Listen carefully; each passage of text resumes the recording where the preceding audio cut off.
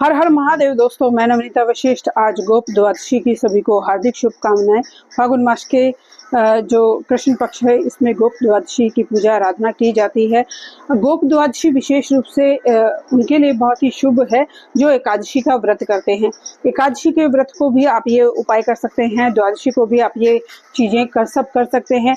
गोपी गीत बहुत ही श्रेष्ठ भगवान कृष्ण जी को और भगवान नारायण को प्रसन्न करने के लिए श्रेष्ठ है। इसके साथ ही मधुरम स्तोत्र जो है वो भी बहुत ही शुभ और श्रेष्ठ है, जिसमें कि कान्हा जी के जो सुंदरता का वर्णन बहुत ही ज़्यादा प्यारा और बहुत ही ज़्यादा आकर्षक है। इसका अगर आप डेली नित्य पाठ करते हैं तो आपको भोग और मोक्ष मिलने में आसानी तो होती ही है। आपको बहुत ही देव कृपा मिलनी शुरू हो जाती है। बहुत ही सरल और बहुत ही अचूक ये उपाय है।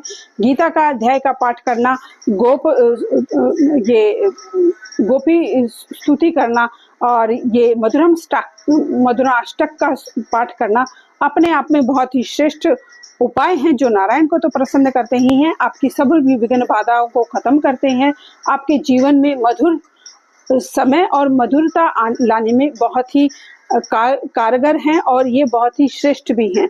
इसके साथ ही क्योंकि भागवत में इसका बहुत ही विशाल और बहुत ही श्रेष्ठ वर्णन किया गया है, तो इन 3 चीज़ों का अगर आप आज के दिन विशेष रूप से पाठ करते हैं, एकादशी को पाठ करते हैं, पूर्णिमा को पाठ करते हैं या गुरुवार को इन चीज़ों का पाठ करते हैं, तो कोई भी आपके घर में मांगलिक कार्य रुके हुए हैं, आपके काम नहीं बन रहे, कोई बच्चे की खुशखबरी नहीं मिल रही, या कोई भी आपके घर में शुभ कार्य होने पर रुकावट जैसे लग गई है, वो सब रुकावटें इन 3 स्त्रोत, इन 3 पाठ से श्रेष्ठ हो जाती हैं, सिद्ध हो जाती हैं। तो आप इनको सुन भी सकते हैं और इनको खुद पाठ कर भी सकते हैं। खुद पाठ करना बहुत ही श्रेष्ठ होता है, क्योंकि कई बार होता है हमें पढ़ना नहीं आता या हम उनको ठीक से रीड नहीं कर पाते, तो 1-2 बार आप उसको सुनिए। जब आपको आपका उच्चारण शुद्ध हो जाए तो आप उसको स्वयं पाठ करना शुरू कर दीजिए।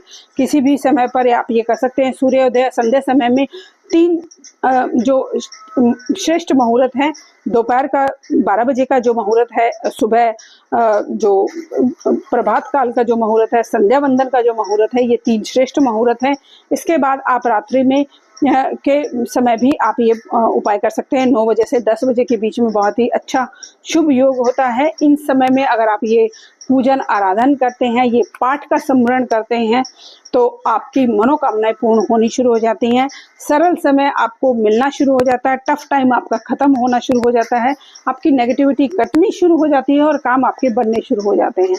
आज के दिन विशेष रूप से इन तीनों में से कोई भी एक पाठ अगर आप 1 बार करते हैं, 5 बार करते हैं, 7 बार करते हैं, आवृत्तियां बढ़ाते चले जाते हैं, तो उतना ही उसका प्रभाव आपको मिलना शुरू हो जाता है। जितना मीठा डालोगे उतना ही मीठा होगा। इसी पद्धति से ये चीज़ें काम करती हैं। तो आप जो भी उपाय करें, जो भी ध्यान धारणा भजन करें, वो भाव से करें, विश्वास से करें। गोप द्वादशी आपके लिए शुभ हो, श्रेष्ठ हो, इसी भाव और विश्वास के साथ। धन्यवाद दोस्तों, नमस्कार।